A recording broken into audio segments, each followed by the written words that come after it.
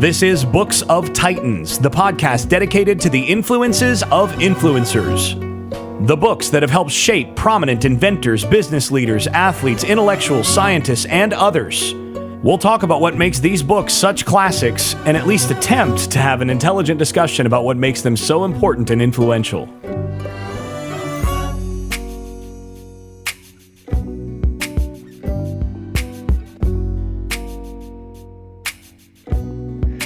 Today we're going to cover the book Man's Search for Meaning by Victor Frankl. As for who recommended this book, it was Tony Robbins, who is most famous for being Christopher's brother, Christopher Robbins. But all joking aside... You just took the joke, you just made the joke worse by having to explain it. I know. But actually what's funny is I started listening to the book Quiet by Susan Cain this morning on Audible, and chapter 3 starts of her with her attending a Tony Robbins event, and she takes it apart, which is great because I haven't been to a Tony Robbins event, but I've been to some similar, and they horrify me. And she kind of goes into why those things horrify me. So I liked that. So sorry if you're a Tony Robbins fan and you've gotten stuff out of his hey, and lots of people do. Lots of people do. Yeah. And I think it's great, but not my cup of tea, but he did suggest this book, and I think it's probably been suggested by others now as well. But it is by Victor E. Frankl, who was a survivor of the Holocaust. He was a survivor of 4 different concentration camps, including Auschwitz. Most of his family was eliminated in those camps, including his wife. And very, very tragic. This book was written in 9 days, which is very impressive. And kind of a quick overview of the book, and this was in the afterword written by William Winslade. He says that Frankl does not tell people what to do, but why they must do it. So with that, let's get into our overview and initial reactions. And Jason, you want to start this segment out? Sure. This book, in terms of overview, was way more than I expected it to be. Certainly, I think a book that is, I would say, brilliant and perhaps more needed today than it was when he wrote it. It is, it's one of those books that you could very easily read this book, once every year or so, or every couple of years, and still probably benefit from it. It's and then at the same time, it's one of those books that once you read it, I think there are certain aspects of things that are just it. For me, a lot of what it had to say is stuff that I already. Largely, it's one of those books that, it kind of speaks, it says things that you already kind of know, but you wouldn't necessarily put it that way or put it that gracefully. So for me, it was one of those, but, and for a lot of people, it probably will be that. And so it gives you more of a vocabulary, more of a sound way to evaluate and examine certain things. For other people, it's the sort of thing that it could potentially be a life-changing book. So, and the basic idea, looking at the overview, is first, it's divided into 2 parts, right? The first part is basically chronicling his experience in Auschwitz and other concentration camps, in those 4 concentration camps, and the things that he experienced and observed in those concentration camps. So it's not just... One of the interesting things about this is, you can do he could have gone the route of basically just listing off all of the awful things that he observed and experienced in the concentration camps, and just done that out of, human curiosity, or just out of a desire to show how bad things were. But he doesn't do that. That first part is really about how he observed certain principles, as he talks about in their rawest form, that he got, that the concentration camp experience revealed a tremendous amount about humanity in all various aspects of humanity. You know, the great evil and also the profound good that humanity is capable of, and the seeming meaninglessness of it all, and then at the same time the importance of meaning in it all. And so it's really, really profound. That first part sort of establishes the foundation for the book. And then the second part is a little shorter, and it's basically him explaining his particular version. Of course, as you mentioned, Frankl was a psychiatrist, and it mentions his particular approach to psychotherapy, known as logotherapy, where he says, based on my experiences in the concentration camp, I've concluded that really what human life is about finding meaning and living that meaning out in life. And if you can have a sense of meaning, if you can live according to that sense of meaning, then you're going to live a meaningful life. You know, that's this paradox. And what's interesting is he relates meaning to the word logos. Right, logos. Well, I mean, that's the idea, and he basically, that's the name of his therapy, is logotherapy, and he gets it from logos, which logos in Greek means word or thing, and it also has to do with like the essential meaning of something. And so he basically is names his theory after that notion, after that concept, which we don't have a really good word for in English. But and that's why it stuck out to me, is because you're familiar with it from John 1, where logos is mostly translated as word, correct? Right. Yeah, it's translated as word usually in the New Testament, and a lot of times in Greek. Although depending on context, it can be translated a lot of different ways. But you know, it's a common term in Greek philosophy.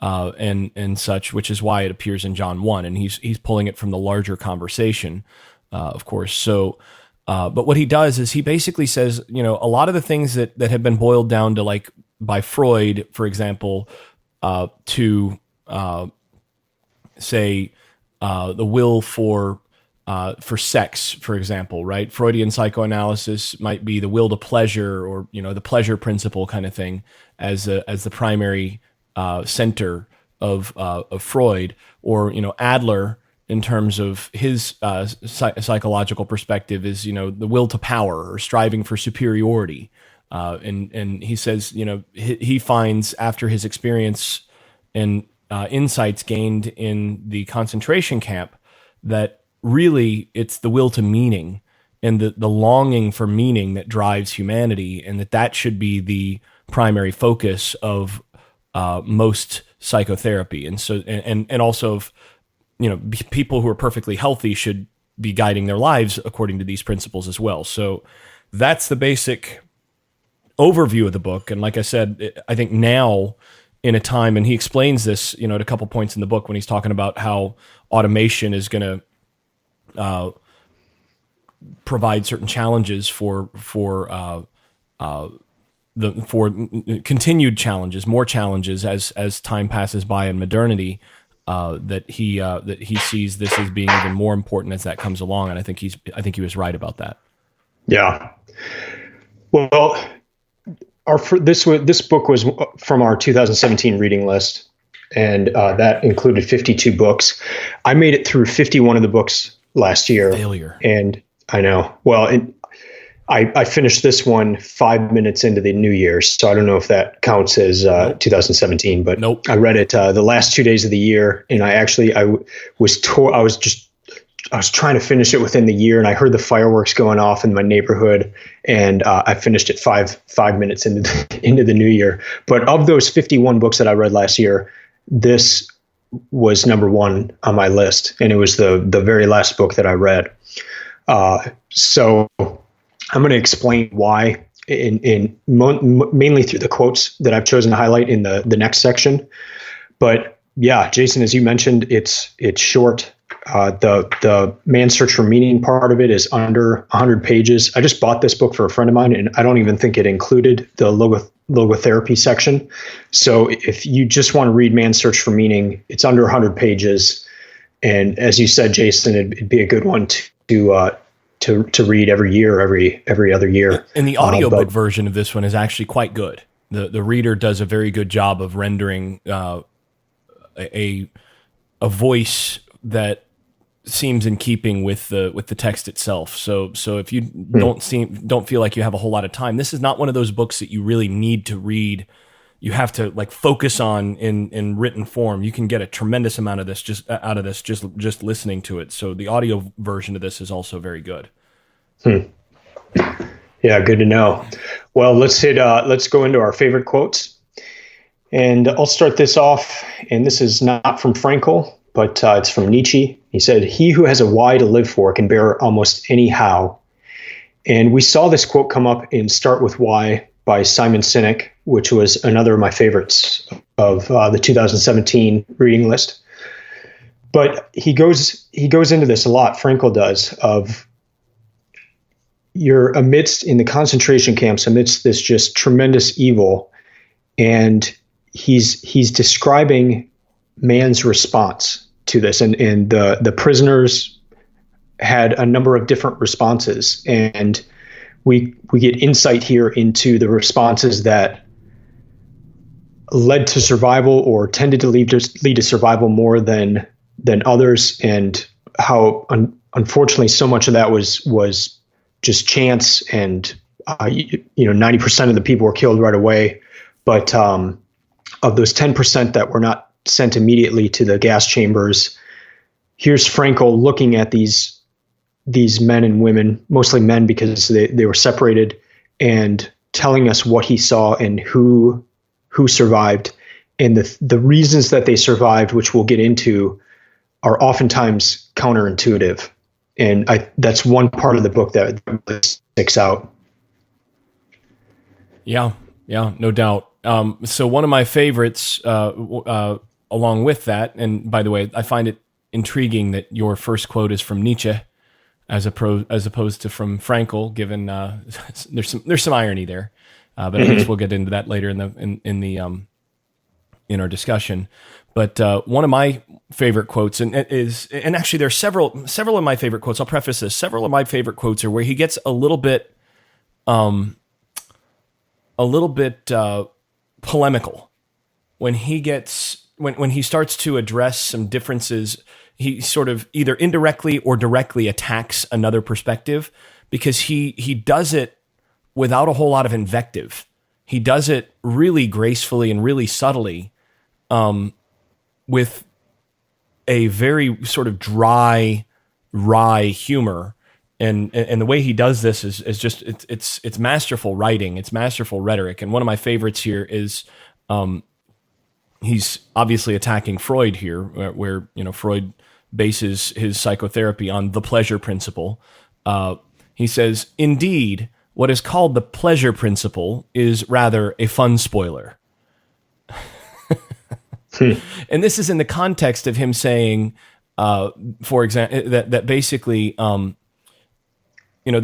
man who is who tries too hard to be especially sexual virile and prove his sexuality is the one who is going to wind up struggling with impotence, and the woman who is on the flip side has her desire to really reach climax is going to be unable to do so, because again, pleasure has to be, as he puts it elsewhere, pleasure is and must remain a side effect or a byproduct, and is destroyed and spoiled to the degree to which it is made a goal in itself. So what you need to be doing is pursuing something that is meaningful, and pleasure results from it, as opposed to pursuing pleasure in and of itself. And so I found that to be, it's both a profound point, and I kind of enjoy the way that he tweaks Freudianism in how he addresses that with, indeed, what's called the pleasure principle is rather a fun spoiler. If you're pursuing pleasure, if you think pleasure is the aim, then you're just going to end up more and more unhappy. Well, I'll skip to one that ties in well with that, and that is, but happiness cannot be pursued; it must ensue. Oh, and the thing that immediately came to my mind here is our pursuit of happiness, and this is a kind of a direct statement against that in a sense of, but happiness cannot be pursued; it must ensue. So same with what you're saying, it's a byproduct. It's not the goal itself.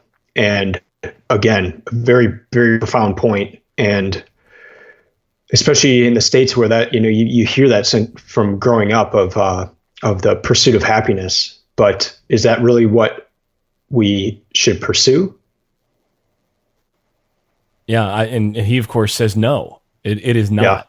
It is not. And there's actually one more quote on my list that ties into this. And so I'll go ahead and pull that one out now as well. And this is early in the book. He says, don't aim at success.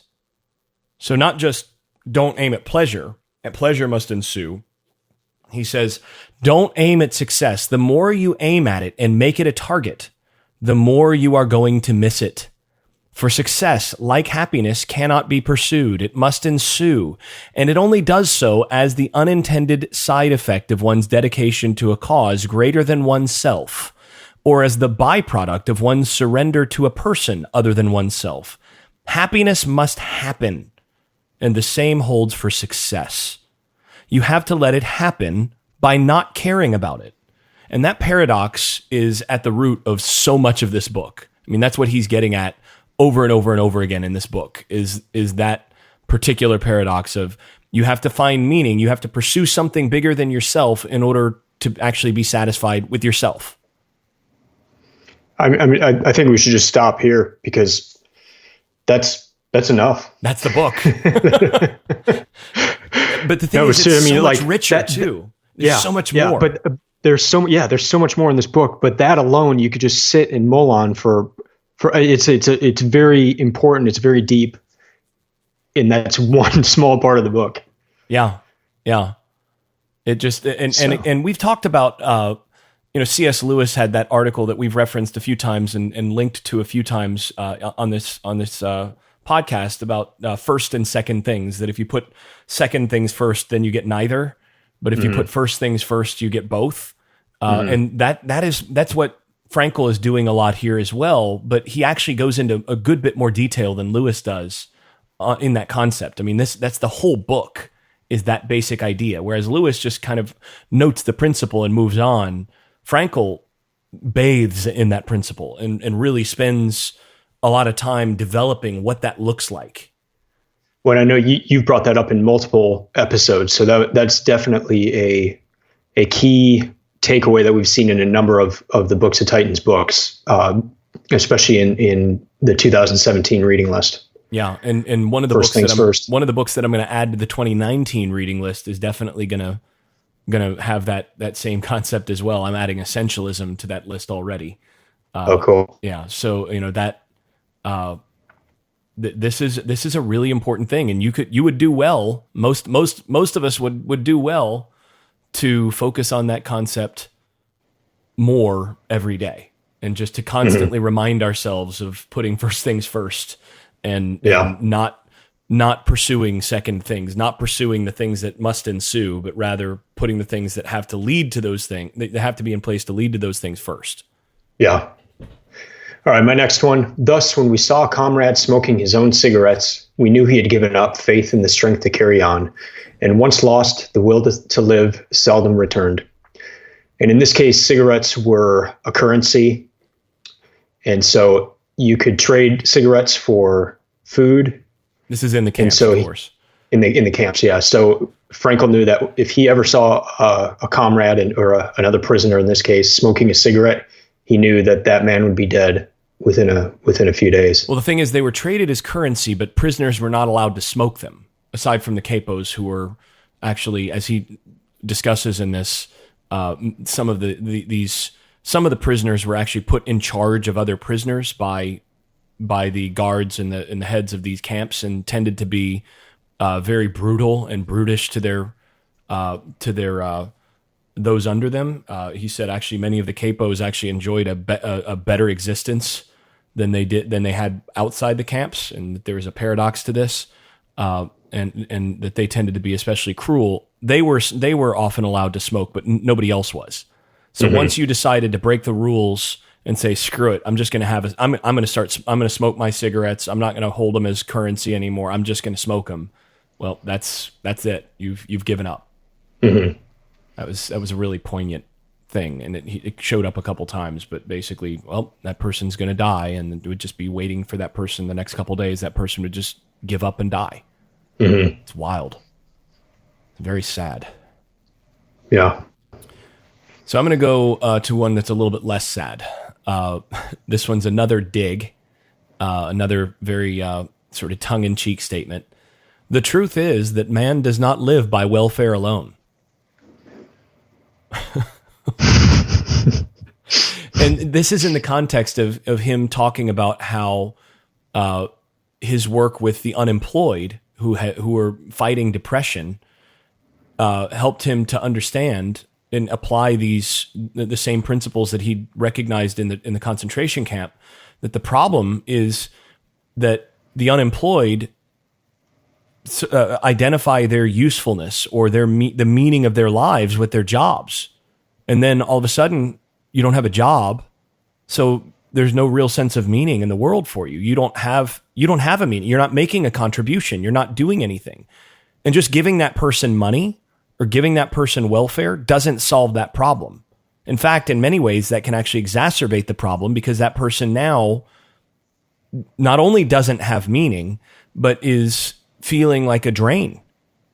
And he talked about that as a significant psychological hurdle that those who are unemployed needed to deal with. And he said actually in his treatments of those suffering from unemployment depression, he had a technical term for it, but basically unemployment depression, one of his treatments for that was to get them to volunteer, to go and do stuff for, to volunteer in a homeless shelter, or to go and help young people in youth centers or whatever. Find something that has meaning to do in your life. And he said almost invariably the depression that these people were feeling and were dealing with, I mean, clinical depression would disappear because suddenly they had something to live for, even though they didn't have a job. Something Russ Roberts brings up quite often in his podcast, and he brings it up especially in the discussions about the universal basic income. He says that does not take into consideration what you just said, and it's pretty interesting. And at the same time, this needs to be taken very seriously when we're talking about policy discussions, not just the UBI, but the problem of. And he addresses this specifically when he talks about the increase of automation.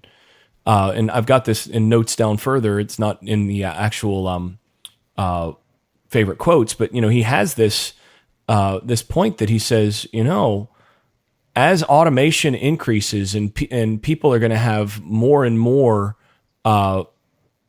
time on their hands, and there's going to be less and less to do. That's going to be problematic. We're going to have to figure out things that are going to give us meaning in those contexts, because as soon as we wind up in that situation, you could potentially have a lot of people that just feel like the unemployed, because they're, even if you do have technically a job or whatever, you don't have a sense of meaning. Well, what if, with a UBI, 80% of the society no longer technically works? You got to find something to fill the void, to give you meaning. Yeah. And this is something that we really, in terms of policy and in terms of a lot of things, need to really consider. All right. My next quote, Jason, you spoke of the book not going into a lot of the gory details about the concentration camp, but in some ways I thought my next quote was almost worse. Yeah, this is horrible. And this is devastating. I shall never forget how I was roused one night by the groans of a fellow prisoner who threw himself about in his sleep, obviously having a horrible nightmare. Since I had always been especially sorry for people who suffered from fearful dreams or deliria, I wanted to wake the poor man. Suddenly I drew back the hand which was ready to shake him, frightened at the thing I was about to do. At that moment, I became intensely conscious of the fact that no dream, no matter how horrible, could be as bad as the reality of the camp which surrounded us, into which I was about to recall him. Dear God. Yeah. Yeah, there's not much to say to that. Yeah. That you choose not to rouse someone from an awful nightmare, from the misery of a nightmare, because waking up would be worse. Yeah.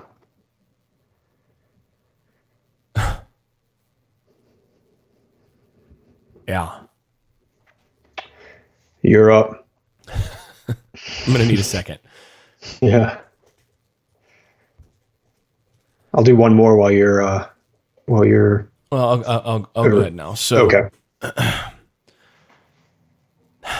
He says, we have come to know man as he really is.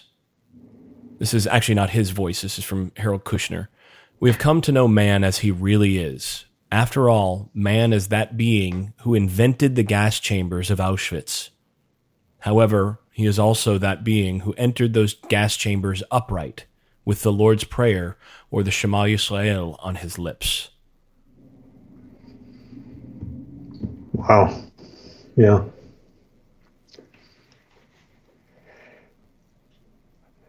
In spite of all the enforced physical and mental primitiveness of the life in the concentration camp, it was possible for spiritual life to deepen. One of those contradictions. Yeah. Or seeming contradictions. Yeah, I'll go ahead and my next one will build off of that. Fundamentally, therefore, any man can, even under such circumstances, decide what shall become of him, mentally and spiritually. He may retain his human dignity even in a concentration camp. Dostoevsky said once, there's only one thing that I dread, not to be worthy of my sufferings.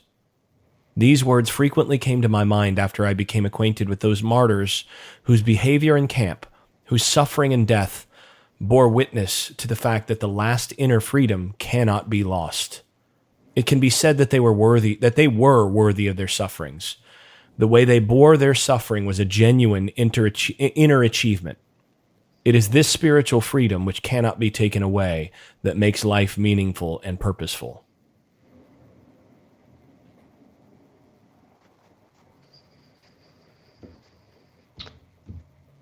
Yeah.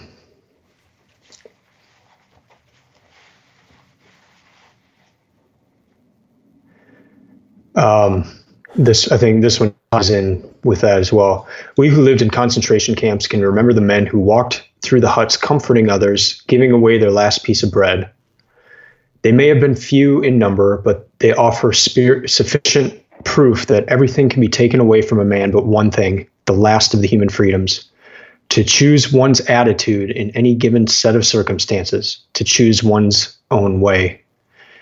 And I thought this was one of the top lessons out of the book, and it's something I see in a ton of other books now, and even people tweeting about it. But it's you can't oftentimes impact the things that happen to you, but you do have a choice in how you respond, and that is the one key takeaway, or not one, but one of the key takeaways from the book of especially in such horrible circumstances. He did not have control over that, but he did have control over his response. And he said that is the last of the human freedoms, to choose one's attitude in any given set of circumstances. And not only the last of the human freedoms, but the very thing that gives meaning to the rest. Mm-hmm. And elsewhere, and I'm going to go ahead and skip to another one of mine. This is where a lot of this goes, because he's talking about when you lay life bare to the degree that the concentration camps did. He said it forces you to have to grapple with meaning, recognizing suffering and mortality in a way that in ordinary life you don't have to.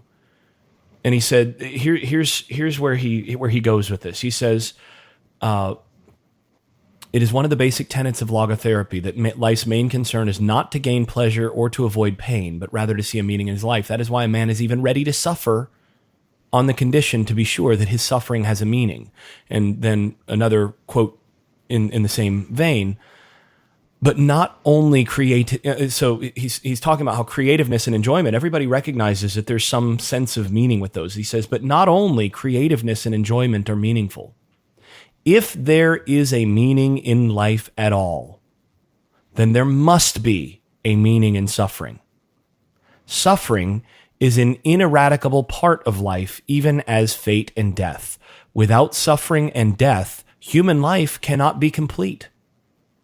And then he sets up the distinction between the question that many of his fellow campmates were asking and what he regarded as the bigger question. He said their question was, will we survive the camp? For if not, all this suffering has no meaning. The question which beset me was, has all this suffering, this dying around us, a meaning? For if not, then ultimately there is no meaning to survival. For a life whose meaning depends on such a happenstance as whether one escapes or not, ultimately would not be worth living at all. Wow. And basically the principle there, and this is so incredibly profound. The principle there is, okay, so let's say we do escape. Let's say we do survive the camp. And okay, so you say that's going to mean that all this suffering had meaning, that you survived. That's right. Yeah, sure. But that's the thing about life, is that you're still going to die outside the camp. Sometime later, you're not going to survive. That's the thing about life, is, that nobody gets out alive. Right? So if everything does end in death, if we're all, whether in the concentration camp or not, ultimately we're not going to survive, then it's not surviving the camp that gives it, that provides meaning. There has to be meaning beyond that. There has to be meaning even in light of the fact that we're all going to die. Even in light of the fact of suffering and death. And that's where he winds up spending his time here. And is the reason that this book surpasses a lot of other books from the Holocaust, because if it's just about the experience, it's horrible. The book is engaging, yes, but this kind of takes you, that's what this, as you said, this kind of forced a lot of the decisions, views of mankind, all that into one small set of circumstances, but he expanded it outside of that as well. Yeah. In under 100 pages. Yeah. It's an incredible book. All right. You're up. All right. I'm just going to do one more because we hit kind of topics of the other ones and some of the other ones. And this is one that Jocko Willink has quoted on his podcast a few times. And it comes at the beginning. He says, "The best of us did not return." And Jocko talks about that quote in just such a tragic way, because it's almost Frankl's way of saying none of us were perfect in this, and the best of us did not return. There are probably things that everyone had to do to make it, to get by, to live to the next day. And in that one small sentence is just, sadness and despair. The best of us did not return. Yeah.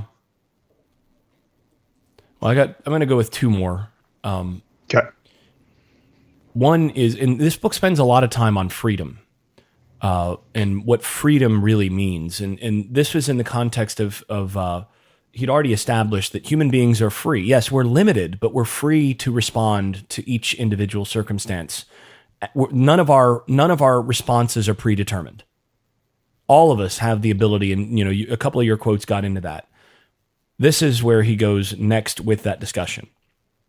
Freedom is but the negative aspect of the whole phenomenon, whose positive aspect is responsibleness. In fact, freedom is in danger of degenerating into mere arbitrariness unless it is lived in terms of responsibleness. That's why I recommend that the Statue of Liberty on the East Coast be supplemented by a Statue of Responsibility on the West Coast.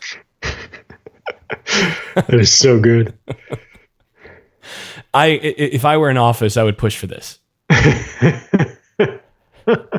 I want to put a Statue of Responsibility like right outside LA or San Francisco or something.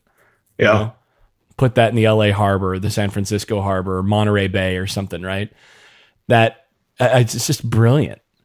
It's amazing. And what's interesting is then is how he talks about freedom as the negative aspect and the positive aspect is responsibleness. And actually that's right. But normally people would think of freedom as the positive good. But he says, no, freedom is the negative good. The positive good is most people think of freedom. Most people think freedom is the ability to do whatever you want to do. Right. And he says that's just arbitrariness. Yeah. But responsibleness is what gives freedom its meaning. It's the ability to do what you ought to do. Yeah. Yeah. And there is an ought in a lot, whether stated or implied in a lot of what he has to say, even though he says you ultimately have to determine, you have to be able to decide what the ought is for you, because it's never the same for anybody. What you ought to do is not the same as what I ought to do. And he said, so the therapist can't just say, this is, the meaning of life. This is how you ought to live. There are principles that apply across the board to all humans, but the individual mileage varies. Mm-hmm. All right. So the final, actually, I'm sorry. There's two. I can't pass this one up. He was asked to say in what sentence what logotherapy was, right? And so he said, well, okay, I can do that, but first I want you to tell me what you think the essence of psychoanalysis is. And the person who had asked him the question said, okay, well, during psychoanalysis, the patient must lie down on a couch and tell you things which are sometimes very disagreeable to tell. And he said, whereupon I immediately retorted with the following improvisation. Now, in logotherapy, the patient may remain sitting erect, but he must hear things which sometimes are very disagreeable to hear. Again, the sense of humor through this is just tremendous. And again, this is the whole notion of real therapy, really getting to the root of how you ought to live and the meaning of life is often at odds with what we actually would want. But the thing is, doing what we don't necessarily want is paradoxically the very thing that will make us happiest. Right? And that's the brilliance of this. Finally, this is the one that I wanted to wrap my favorite quotes with, because this was just, and I'm going to have a hard time making it through this, honestly. This is remarkable. So he says, one day, a few days after the liberation, I walked through the country past flowering meadows for miles and miles toward the market town near the camp. Larks rose to the sky, and I could hear their joyous song. There was no one to be seen for miles around. There was nothing but the wide earth and sky and the lark's jubilation in the freedom of space. I stopped, looked around and up to the sky, and then I went down on my knees. At that moment, there was very little I knew of myself or of the world. I had but one sentence in mind, always the same.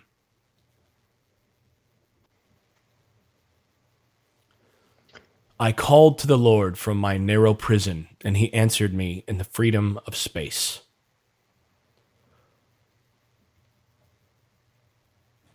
How long I knelt there and repeated this sentence, memory can no longer recall. But I know that on that day, in that hour, my new life started. Step for step, I progressed until I again became a human being. Wow.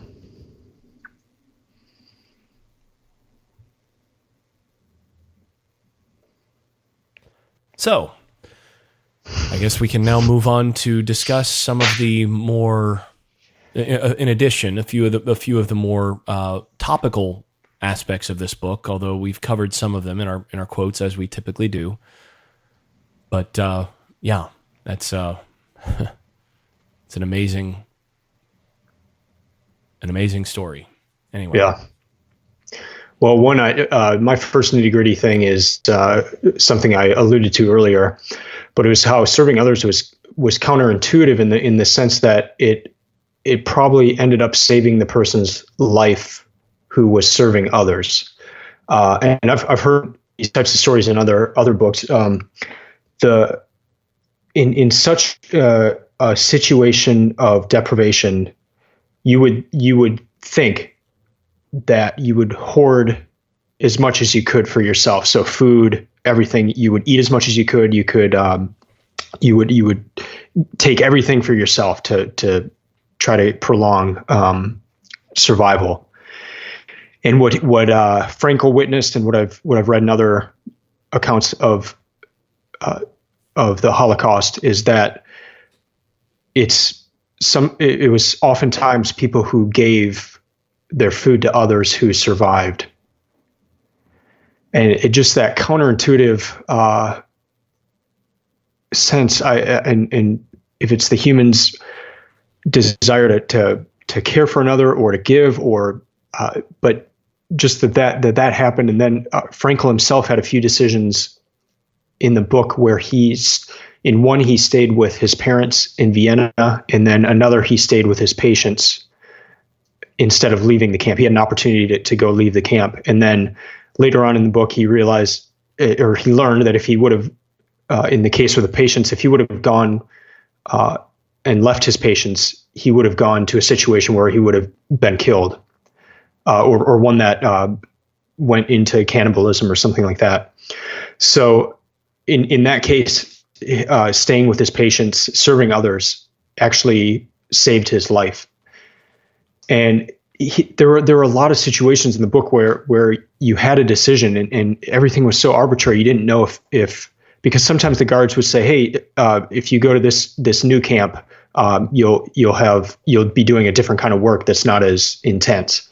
But people would go to that, and then they would be killed right away, or it would be worse work. And so you never knew if the guards were serious or lying, or just if it was going to lead to life or death. And his decision to serve others in those particular circumstances actually led to his survival. Yeah, paradoxically, and that was true not only of him, but of another number of people that he talks about. That these were people that the people who decided to serve others in the camp and found meaning in that ended up having something to live for, and as a result, wound up surviving. Yeah.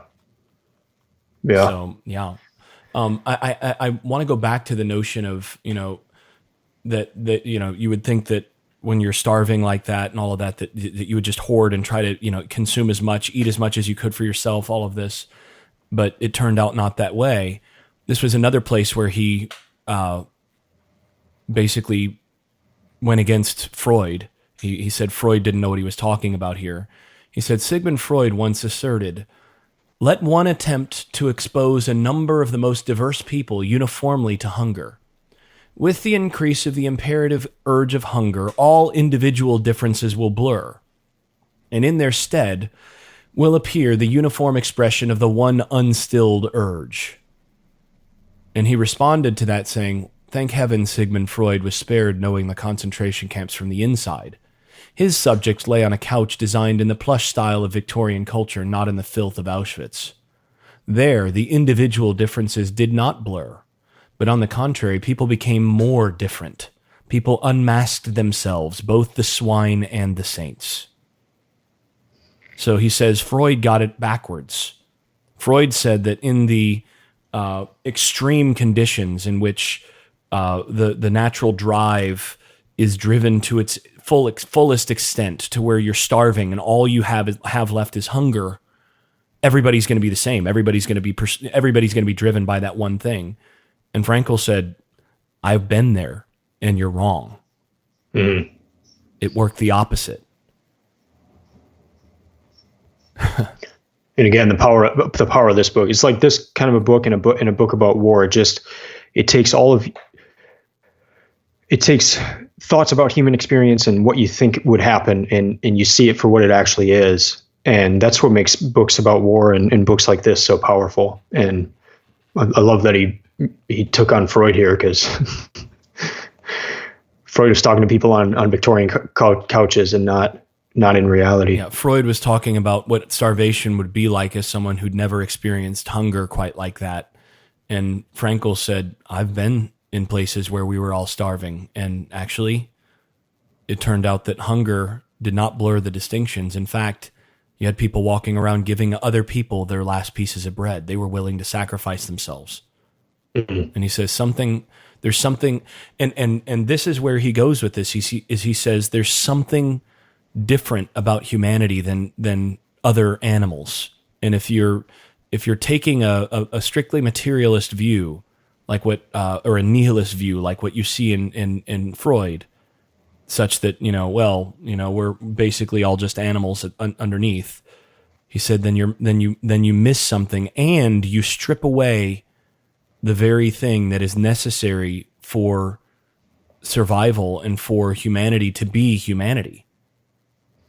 So yeah, he really, I think there's a strongly passionate undercurrent of opposing Freudian type thinking, and not just Freudian, but just the general materialist perspective of humanity as just driven by urges and desires and such, that, basically people are no different than animals in those regards. He says, no, actually the thing that makes us different, the thing that makes us human, is that even when we're in the most extreme circumstances where we would otherwise be subject to those things, we still have a choice. Mm-hmm. One thing that stuck out to me was when he was talking about the importance of humor.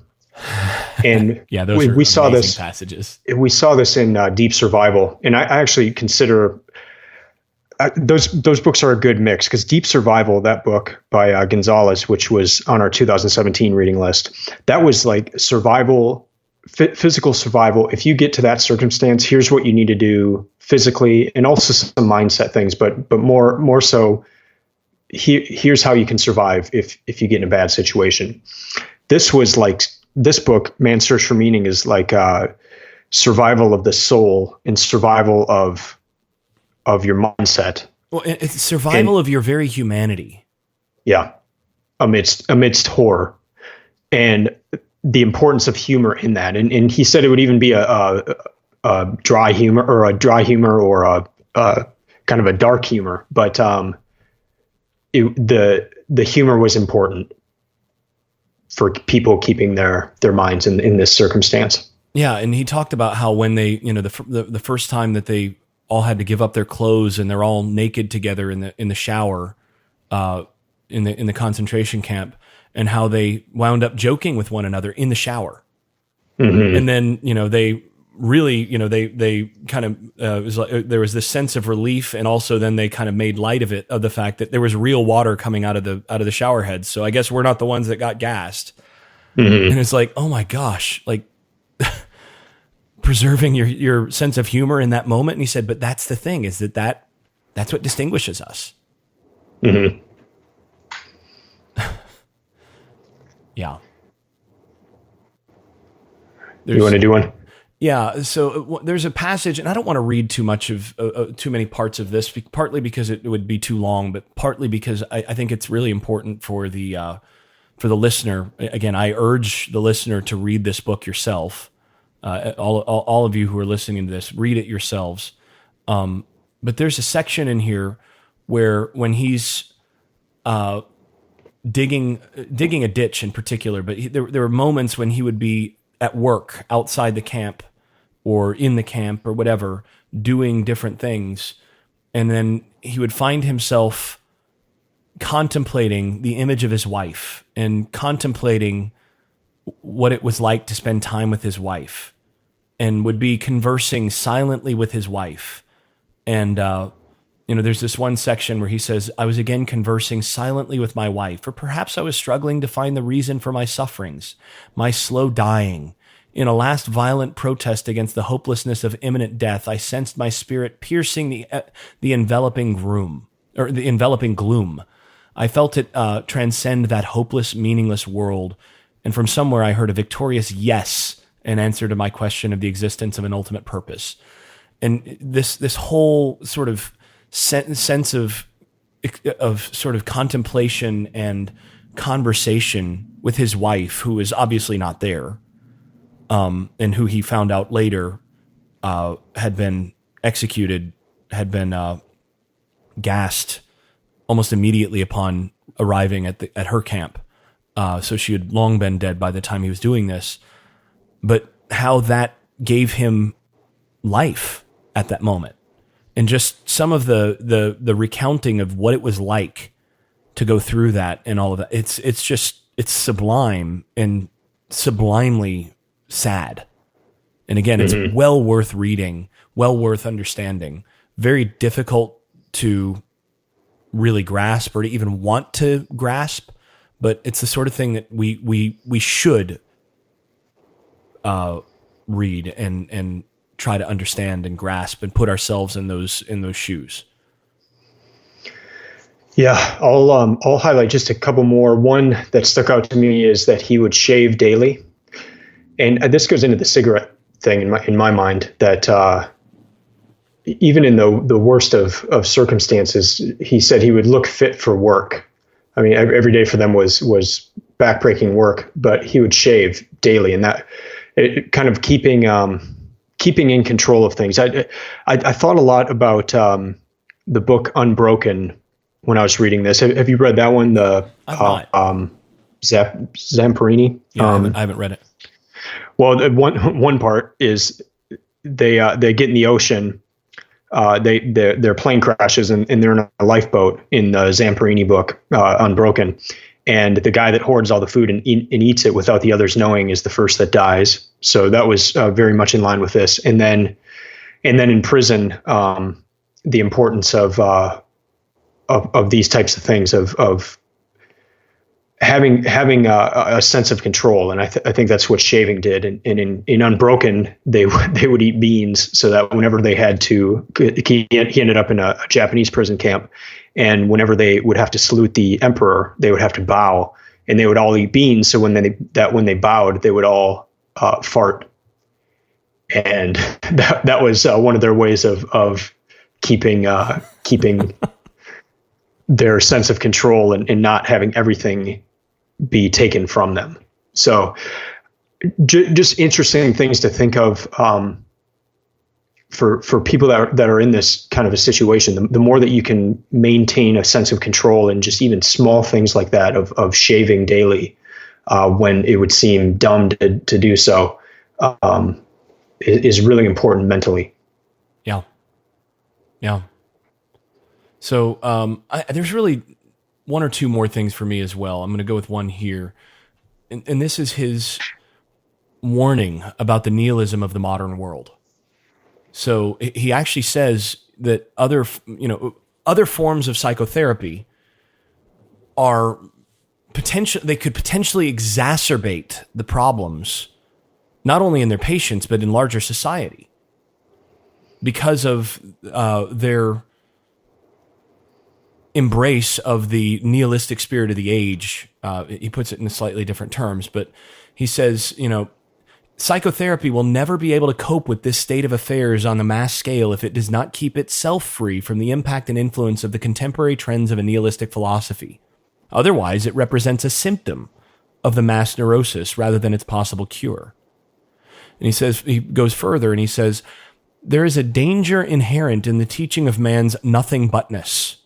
The theory that man is nothing but the result of not biological, psychological, and societal and sociological conditions, or the product of heredity and environment. Such a view of man makes a neurotic believe what he is prone to believe anyway, namely that he is the pawn and victim of outer influences or inner circumstances. This neurotic fatalism is fostered and strengthened by a psychotherapy which denies that humanity is free. To be sure, a human being is a finite thing, and his freedom is restricted. It is not freedom from conditions, but it is freedom to take a stand toward the conditions. And that distinction is really, really, really important. I can't emphasize that enough. He says, listen, yeah, we're all impacted by our biological, psychological, and sociological conditions. We are all impacted by our heredity and environment. But at the end of it, we still have a choice. At the end of it, we still have, we're not free with regard to our conditions. Our conditions are our conditions, but we're free as to how we respond to our conditions. And if we don't accept that freedom, then madness follows and death follows. And when a whole society embraces that nothing butness, it's the things like the gas chambers that result. He actually says at one point, well, if you actually believe this, if you actually believe that, a person's value boils down to contributions to society or whatever, he said, it's, only, he says, believe me, one owes only to personal inconsistency not to plead for euthanasia along the lines of Hitler's program, that is to say, mercy killing of all those who've lost their social usefulness, be it because of old age, incurable illness, mental deterioration, or whatever handicap they may suffer. He said, if you think you're different, if you're embracing this particular way of viewing the world, it's only thanks to your personal inconsistency that you're not headed along the same track that Hitler was. He was just more consistent than you.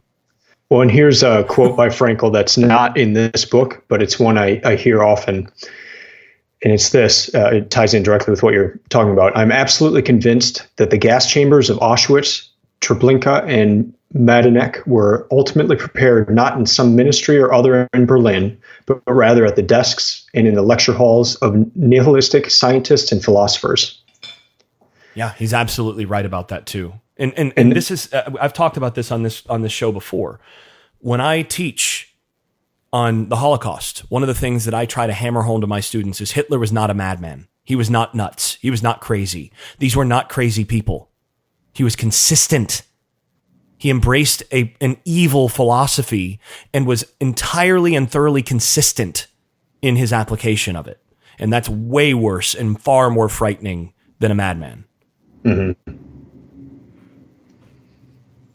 And it's frightening that many of the influences that he embraced and took to their end are the very people that I see taught. And sometimes I actually wind up teaching at the university level. I try my best to explain the limitations of those things, but oftentimes these are the very people that are taught in modern Western universities. Mm-hmm. Well, let's move to our conclusions. As I said in the beginning, this is my favorite book from the list. It's not like favorite like Happy Joy, but favorite as in just deep and meaningful. Man, just meaningful. Yep. And it encompassed so many of the lessons that we saw in a lot of the other books from the 2017 reading list, and obviously from this year's reading list as well. But talking about first things first, read this book first, and you'll catch a lot of the lessons we saw in a lot of the other books. And just one of the main takeaways is you can't control your circumstances, but you can control how you respond to those circumstances. And it's a really important thing to remember through life. Yeah. Yeah, I'm going to echo what you said, and then I'm going to go ahead and wrap us with a couple quotes that he has from this book, with a couple final quotes to wrap the show. Ultimately, man should not ask about what the meaning of his life is, but rather he must recognize that it is he who is asked. In a word, each man is questioned by life. And he can only answer to life by answering for his own life. To life, he can only respond by being responsible. Thus, logotherapy sees in responsibleness the very essence of human existence. This emphasis on responsibleness is reflected in the categorical imperative of logotherapy, which is, live as if you were living already for the second time. And as if you had acted the first time as wrongly as you are about to act now. Once again, live as if you were living already for the second time, and as if you had acted the first time as wrongly as you are about to act now. Spend some time thinking about that one. Yeah, that's not a quick What would It's not a quick one. That's think about well over what that you one. would do the second time if you had a chance to undo what you're about to do. Yeah. Yeah. We'll go ahead and wrap there. Once again, thank you to the Patreon subscribers. Once again, we have a Patreon account. If you've been getting any value out of this podcast, please respond with some value as well. And also, as always, if you are not a subscriber to this show, go ahead and subscribe. You can go through Apple Podcasts, Google Play, Google Marketplace. If there is a podcast manager that does not have this show, just let us know and we'll make sure we get up there. But you can subscribe to us through nearly anywhere. And again, if you're enjoying this show, 5-star reviews, particularly through Apple Podcasts or iTunes, are very helpful. But reviews are very welcome and appreciated. Thank you to all of you who have been supporting and listening. Look forward to getting your comments on this episode. Until then, that's Eric. I'm Jason. This has been the Books of Titans podcast. Keep listening, keep reading, and keep improving.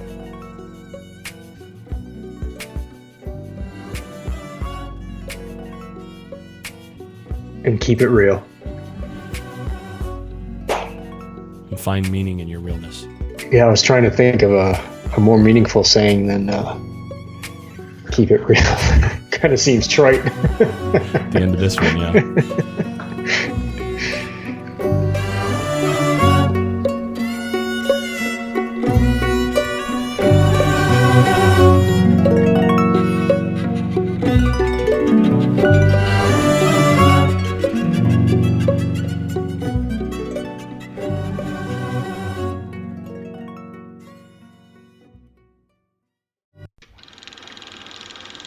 I made this.